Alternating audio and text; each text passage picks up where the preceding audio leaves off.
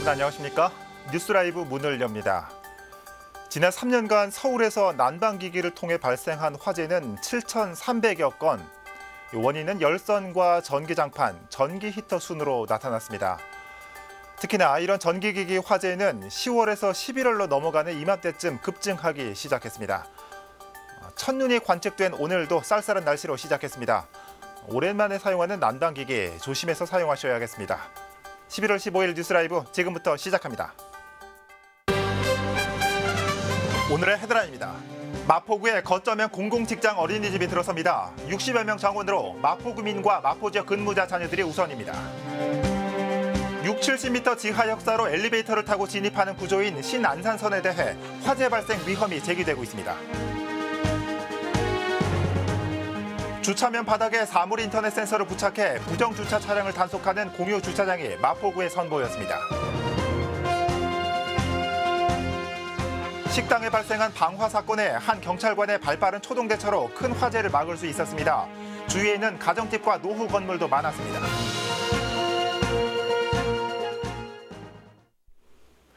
직장 어린이집이 없는 중소기업과 비정규직 근로자 자녀들이 우선 입소할 수 있는 거점형 공공직장 어린이집, 마포구에 들어설 예정인데요. 최근 관계기관들이 업무 협약을 맺으면서 사업이 본격화할 전망입니다. 천서영 기자입니다. 거점형 공공직장 어린이집 건립과 관련해 최근 관계기관들이 업무 협약을 체결했습니다. 마포구를 비롯해 임실군과 영주시 등 5개 지방자치단체와 고용노동부 그리고 근로복지공단이 함께 협약을 체결한 것입니다. 이에 따라 마포구에는 오는 2021년 3월 개원을 목표로 거점형 공공직장 어린이집이 신축됩니다. 이를 위해 구는 연남동에 사업 부지를 매입했고 현재는 330여 제곱미터 부지의 4층 규모로 어린이집을 짓기 위한 실시 설계 용역이 진행되고 있는 상태입니다. 건립 비용은 총 58억 원. 협약에 따라 고용노동부가 80%를 부담하고 서울시가 17%, 마포구가 3%를 부담해 어린이집을 짓게 됩니다. 어린이집 정원은 대략 60여 명입니다. 마포구에 거주하거나 마포구 관내 중소기업에 근무하는 근로자의 자녀들이 우선 입소할 수 있고 인원 배분율에 따라 인근 서대문구와 은평구 주민들의 자녀들도 선발될 수 있습니다. 또 이곳은 저녁 6시 이후 혹은 주말 근무를 해야 하는 부모들이 아이를 맡길 수 있게 특수보육도 이루어지고 운영은 근로복지공단이 직영으로 맡게 됩니다. 한편 서울에서는 강서구에만 거점형 공공직장 어린이집이 설치돼 현재 운영되고 있는 상태입니다. 딜라이브 서울 경기 케이블 TV 천서연입니다. 노원구가 상계동 일대에 행정 복합타운을 세웁니다. 구는 상계주공 15단지 인근 3,655제곱미터 부지에 노인복지관과 보건지소, 청소년 상담센터 등 5개 기관을 건립한다고 밝혔습니다. 총 사업비는 구비 322억 원과 시비 86억 원 등을 합쳐 437억 원이 투입됩니다. 노원구는 오는 30일 오후 행정복합타운 건립 현장에서 착공식을 가질 예정입니다. 서대문구와 마포구 그리고 은평구 등 서북 3구 구청장이 모여 불법 현수막 공동대응 협약식을 가졌습니다. 어제 은평구청 기획상황실에서 열린 협약식에서 서부권 3개 자치구는 도시미관을 저해하는 상업용 현수막은 물론 정당용 정치 현수막 등을 함께 근절해 나가기로 합의했습니다. 이번 협약에 따라 3개 자치구는 단속을 위한 인적 자원을 교류하고 과태료 부과와 고발 등의 행정처분에 협력할 방침입니다. 또 합동 캠페인과 함께 주말 합동 단속도 진행할 예정입니다. 그동안 주도적으로 불법 현수막 근절에 나섰던 문석진 서대문 구청장은 지난 5년간 불법 현수막과의 전쟁을 벌이며 나름의 성과를 거두었다며 그 노하우를 전파해 서울시 전체적으로 불법 현수막이 근절될 수 있도록 하겠다고 밝혔습니다. 얼마 전 공사에 들어간 신안산선은 국내 최초로 엘리베이터 진출입 방식으로 역사가 지어집니다. 깊은 지하를 빠르고 손쉽게 내려갈 수 있다는 장점도 있지만 화재 안전성 문제도 끊임없이 제기되고 있습니다. 엄정규 기자입니다. 신안산선 구간에 들어서는 역사는 총 15개, 그중 서울에는 9개역이 들어섭니다. 기존 지하철역과 다른 점은 건물형 통합 역사에서 고속 엘리베이터를 통해 지하 60에서 70m 아래 시설로 진입해야 한다는 점입니다. 최근 열린 서울시의회 행정사무감사에선 이 같은 구조에 따른 화재 안전 문제가 제기됐습니다. 질문에 나선 최웅식 의원은 화재시 엘리베이터 용량의 한계 그리고 25층 높이의 비상계단을 통해 신속한 대피가 가능한지를 물었습니다. 60-70m로 들어가게 돼 있어요. 신안산선은.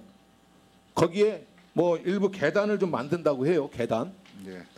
그럼 60-70m 정도의 기준이면 25층 규모인데 예를 들어 만약에 이게 뭐 출퇴근 시간에 만약에 그 사고 한번 났다고 불이 한번 났다고 생각하면 이에 대해 소방재난본부장은 6분 안에 대피가 가능해야 한다는 시설 규정 준수를 사업자 측에 요구하겠다는 입장입니다.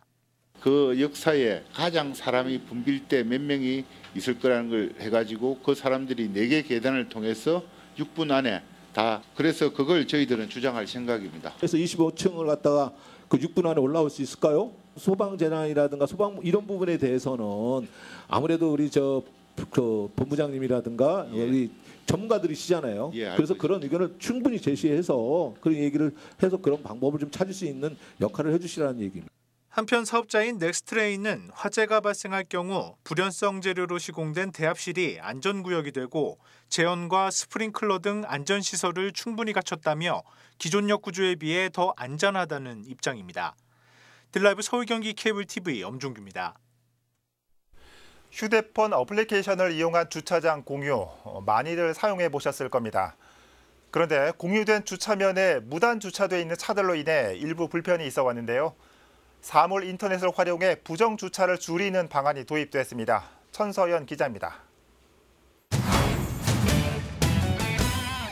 유동인구가 많은 경의선 책거리 인근입니다. 거주자 우선 주차구역 일부가 공유 주차장으로 활용되고 있습니다. 거주자 우선 주차면을 배정받은 주민이 주차장을 사용하지 않은 시간에 주차면을 공유하는 것. 스마트폰 앱을 통해 공유를 설정하면 이용자도 앱을 통해 공유 주차장을 찾아 사용할 수 있습니다. 거주자 우선 주차장에 공유를 내놓으신 분 수익금 중에 30%를 가져가게 되고요. 그 포인트는 모바일 상품권으로 바꿀 수도 있고요. 그 포인트를 활용해 자기 그 거주자 우선 주차장 말고 다른 지역에 있는 공유된 거주자 우선 주차장을 그 포인트를 활용해서 요금을 대신 납부할 수도 있습니다. 기존 공유 주차장과 다른 점은 사물 인터넷을 활용한다는 점입니다. 주차면 바닥에 이른바 IoT 센서를 부착해 차량 주차 여부를 자동 감지하는 것. 공유하겠다고 설정된 시간대에 다른 차량이 무단 주차할 경우 관련 정보가 운영자나 관리자에게 넘어가게 되고 이를 단속할 수 있는 겁니다. 저희가 이제 공유 주차장을 이렇게 활용해서 공유를 어플에 표시를 했는데 막상 현장에 가보니까 부정 주차가 있는 문제들이 좀 있습니다. 그래서 그런 부분들을 좀 최소화하기 위해서 이 IoT 센서가 그런 기능을 좀 그 부정 주차로 인해서 공유 주차장을 이용하는 주민들이 불편이 조금 최소화될 수 있는 역할을 하지 않을까. IoT를 이용한 주차 공유 서비스는 일단 홍대 인근 거주자 우선 주차구역 22면에 시범 운영됩니다. 마포구는 시범 운영을 통해 공유 주차면에 부정 주차를 줄이고 이후 확대 여부를 검토하겠다고 밝혔습니다. 딜라이브 서울 경기 케이블 TV 천서연입니다. 조선총독부가 공원으로 지정한 곳이 있습니다. 바로 한남 근린공원입니다. 그런데 아직까지 토지 매입조차 되지 않고 있는 상황에서 이대로라면 내년 7월 공원 지정이 해제됩니다. 용산구에서는 공원을 지키기 위한 토론회가 열렸습니다. 이재용 기자입니다. 조선총독부가 공원 부지로 고시했던 한남 근린공원입니다. 고시된 지 79년이 지났는데 아직까지 삽 한 번 뜨지 못했습니다. 이대로라면 내년 7월 도시공원 일몰제에 따라 공원 지정이 해제되는데 이를 막기 위한 토론회가 열렸습니다. 생물의 다양성과 주택 가격 등의 긍정적인 영향을 기여한다는 연구 결과를 토대로 도시공원의 필요성이 재조명됐습니다. 아이들이 놀 곳도 없고 그래서 집안에만 있어야 하는 것이 과연 정의로운 사회인가. 문제는 예산입니다. 한남 근린공원의 총 면적 28,197제곱미터 중 99.5%가 사유지인데 보상비만 3천억 원이 넘을 것으로 예상되기 때문입니다. 이를 놓고 서울시는 보상비의 절반을 지원하겠다는 입장인데 용산구는 시가 전액을 지원해야 한다고 맞서고 있습니다. 3,800억 정도 된다고 합니다. 올해 예산의 3분의 1을 이 용산 한남공원에다가 투자하기에는 우리가 일단 50%니까 1,900 가까이 되는 예산을 저희가 용산구에서 이제 부담을 해야 됩니다. 이 용산구 세비 연간 야간 1,800억 정도 되는 상황에서 단기간에 예산을 투입한다는 것이 참 물리적 어려움이 있습니다. 이건 서울시 차원에서 서울시 공무원이다. 전문가들은 분할 납부나 지방채 발행 등을 검토해서라도 부가 토지보상비의 절반을 부담해 공원을 조성해야 한다고 말했습니다. 용산구가 안 내면서 서울시가 50% 내라고 하기 어렵습니다. 5년에 나눠서 내면 됩니다. 이것도 나눠서 낼 수 있어요. 사실 기초단체장이 마음을 먹으면은 공원은 어떻게든 지정이 될 수는 있습니다. 네, 어떻게든 지켜질 수 있어요. 아직 성장현 구청장님이 이 문제에 대해서 조금 소극적이시다라고 저는 생각이 돼요. 구민들은 답답한 심정에 모금 운동이라도 하자는 분위기입니다. 돈이 없으면 모금 운동이라도 구 의원님이나 구청장에서 좀 하자 그래요. 길만 닦아주면 우리가 다 하면 될 거 아니에요. 모금 운동이라도 해서 그걸 잡아놓자고요. 한남 근린공원의 토지 보상비를 두고 시와 구의 입장차가 좁혀지지 않는 가운데 도시공원 일몰제 시행일은 7개월 앞으로 다가왔습니다. 딜라이브 서울 경기 케이블 TV 이재용입니다.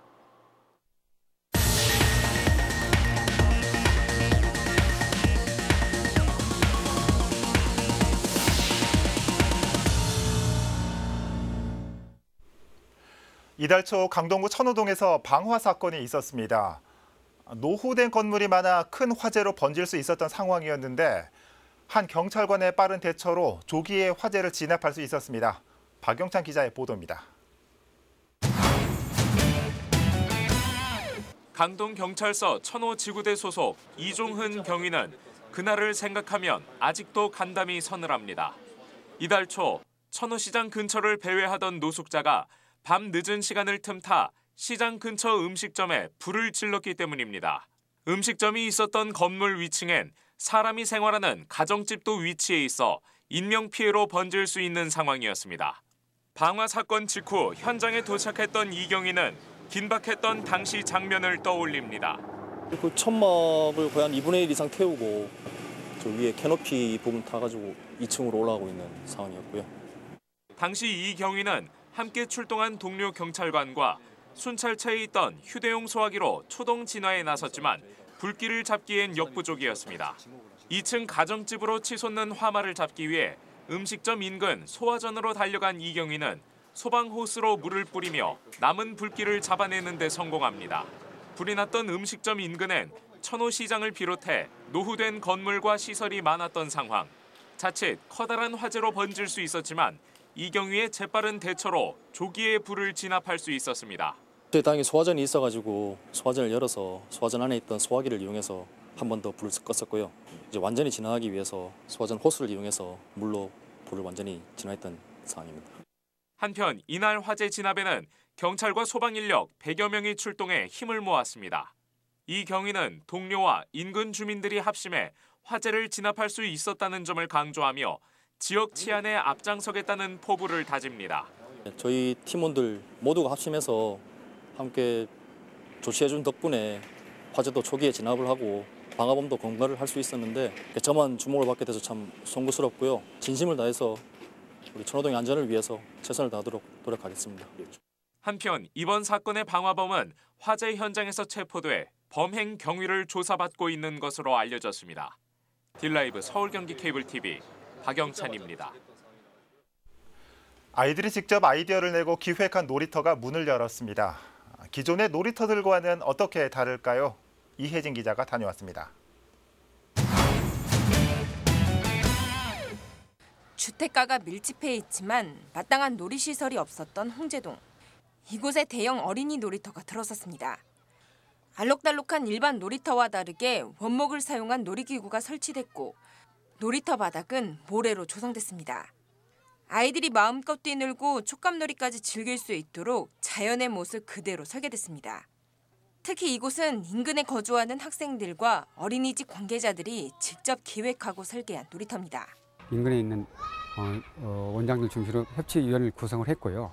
그리고 어린이 디자이너를 갖다가 별도로 모집을 해서 협치위원과 어린이 디자이너가 같이 함께 일방적인 게 아니라 같이 어린 눈높이에서 같이 아이들을 내고 또 직접 그림을 그려보고 해서 만들게 됐습니다. 많게는 한 번에 100여 명의 아이들이 뛰어놀 수 있는 이곳. 큰 규모만큼 눈길을 끄는 것이 또 있습니다. 바로 놀이터 전체를 뒤덮고 있는 모래. 서대문구가 동해안에서 직접 공수해온 모래로 촉감이 부드럽고 안정성까지 인정받아 아이들에게 인기가 좋습니다. 모래바닥 깊이가 50cm 이상으로 깊어 다양한 모래놀이도 가능합니다. 여행 갔을 때도 모래놀이 해봤고 싱가포르 갔을 때도 모래놀이 해봤어. 밥도 만들었고 친구들하고 모래놀이도 했어요. 서대문구는 어린이 시설이 부족한 홍제동에 방치된 공원을 활용한 놀이공원을 확보해 나갈 계획입니다. 딜라이브 서울경기 케이블 TV 이혜진입니다. 재개발로 반토막이 난 장위 전통시장은 도시재생 후보지에 선정돼 다시금 희망의 싹이 트고 있습니다. 최종 사업지에 선정되기 위해서는 주민과 상인들의 참여와 관심이 가장 중요한 요소겠죠. 최근 주민과 상인들이 한데 어울릴 수 있는 축제가 열렸습니다. 이재용 기자입니다. 시장 앞거리가 오랜만에 사람들로 북적입니다. 먹거리와 공예 등 상인들이 마련한 체험 부스는 아이들에게 인기 만점. 한편에 준비된 무대에선 주민들이 그동안 갈고 닦았던 솜씨를 뽐냅니다. 시장 상인들과 지역 주민들이 함께 준비한 축제입니다.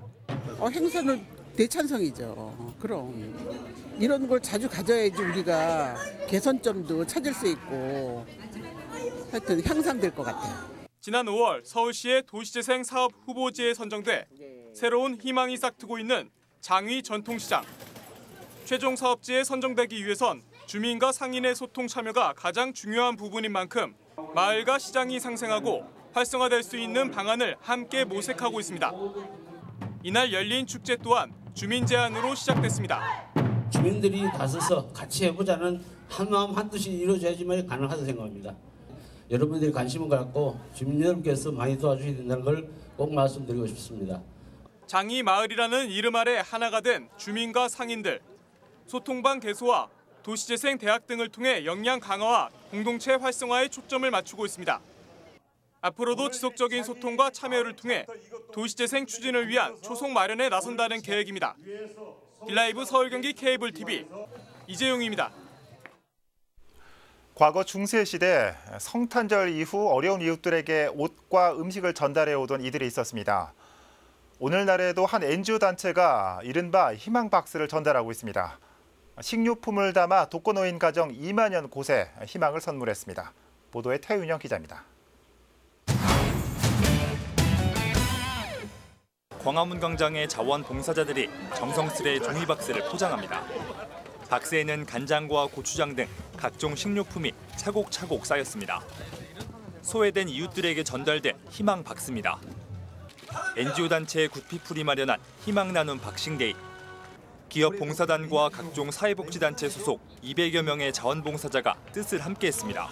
이런 식품들이 필요하신 분들에게 전달하기 위해서 활동을 하고 있다 보니까 이 식품들을 받으실 분들이 기뻐하실 것 같아서 되게 뿌듯한 것 같습니다. 이제 이러한 다양한 행사가 많아져서 어려운 사람들한테 더 좋은 것들을 나눠줄 수 있는 행사가 많았으면 좋겠습니다. 현장에서 포장된 박스만 2,000개. 사전에 준비된 박스를 포함해 모두 2만 개가 전국 각지의 독거노인 가정에 전달됐습니다. 성탄절 이후 소외된 이웃에게 옷과 음식 등을 전달하던 중세시대 교회의 나눔 실천이 오늘날 재현됐습니다. 중세시대의 크리스마스 이후 어려움에 처한 사람들에게 희망 박스를 전달한 것이 계기가 되어서 지금 세계 각국에서 어려운 이웃을 돕는 캠페인을 벌이고 있습니다. 한국에서는 저희들이 이 힘을 모아서 함께 이 일에 참여하고 있습니다. 추운 겨울을 앞두고 소외된 이웃을 향한 관심과 위로가 필요한 때 한 NGO 단체의 선행이 도움의 손길이 간절한 이웃들에게 새 희망이 되고 있습니다. 딜라이브 서울 경기 케이블 TV 태윤영입니다. 어느덧 김장철이 다가왔습니다. 강동구에서는 소외된 이웃들을 돕기 위한 김장 행사가 열렸습니다. 박영찬 기자의 보도입니다. 앞치마를 둘러맨 어머니들이 김치 속을 버무리는 데 여념이 없습니다. 절인 배추는 어머니들의 정성스러운 손길을 거쳐 먹음직스러운 김치가 됩니다. 이른 아침부터 김치를 만드느라 몸은 피곤하지만 어려운 이웃들에게 힘이 될 수 있다는 생각에 따뜻한 마음으로 봉사에 임합니다. 이제 어려운 이웃을 위해서 김장을 하는 거에 대해서 뜻깊고요. 너무 행복해요. 오늘 이런 데 참여하게 되어서. 강동구에서 살고 있는 소외된 이웃들을 돕기 위한 김장 담그기 행사가 열렸습니다. 강동구 여성단체 협의회와 새마을 분여회를 비롯해 적십자회 등 지역 봉사단체와 민간기관 10여 곳이 힘을 모았습니다. 이날 행사에선 강동구 내 17개 동에서 자원한 봉사자 250여 명이 힘을 모은 가운데 독거노인과 소외계층에게 전달할 김치 2,500포기를 만들었습니다. 우리 강동구의 여성 리더들과 함께하는 행사로 만들었습니다. 각 동의 소외된 계층 어르신들한테 나눠드릴 예정입니다. 한편 이날 행사에서 만든 김장 김치는 강동구청에서 선별한 소외계층과 독거노인 등 350가구에 전달됐습니다. 딜라이브 서울경기 케이블TV 박영찬입니다. 마포구가 사물 인터넷 기반의 말하는 이동형 CCTV를 대폭 확대 설치합니다. 이동형 CCTV는 쓰레기 무단 투기를 방지하고자 지난해 도입되었습니다. 구는 현재 24대의 말하는 이동형 CCTV를 올해 말까지 108대 추가 설치하기로 했으며 그에 따른 예산은 주민 참여 예산과 특별 조정 교부금에서 사용할 계획입니다. 한편 말하는 이동형 CCTV는 센서를 활용해 무단 투기자를 감지하고 LED 경고 등과 함께 음성으로 무단 투기 금지 방송을 표출합니다.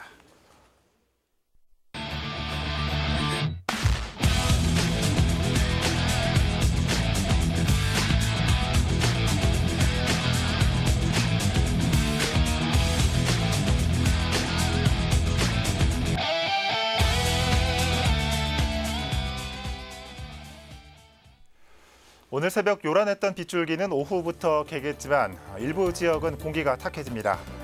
일요일과 월요일 사이 한 차례 비가 더 내린 뒤 다음 주부터는 추위도 더욱 짙어지겠습니다. 건강관리 유의하시길 바랍니다. 뉴스라이브 마칩니다. 시청해주셔서 고맙습니다.